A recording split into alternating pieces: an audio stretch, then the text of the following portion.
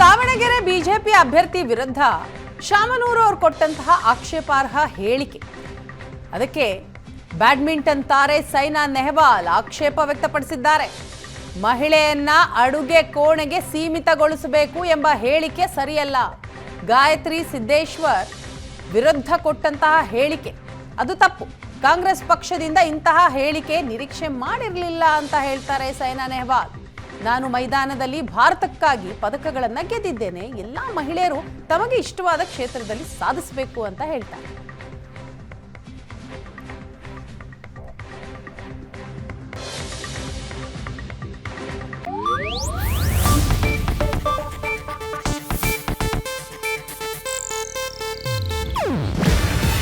ಇದು Asianet news network ಪ್ರಸ್ತುತಿ. ನೀವು ನೋಡ್ತಿದ್ದೀರಾ ಏಷ್ಯಾನೆಟ್ ಸುವರ್ಣ ನ್ಯೂಸ್.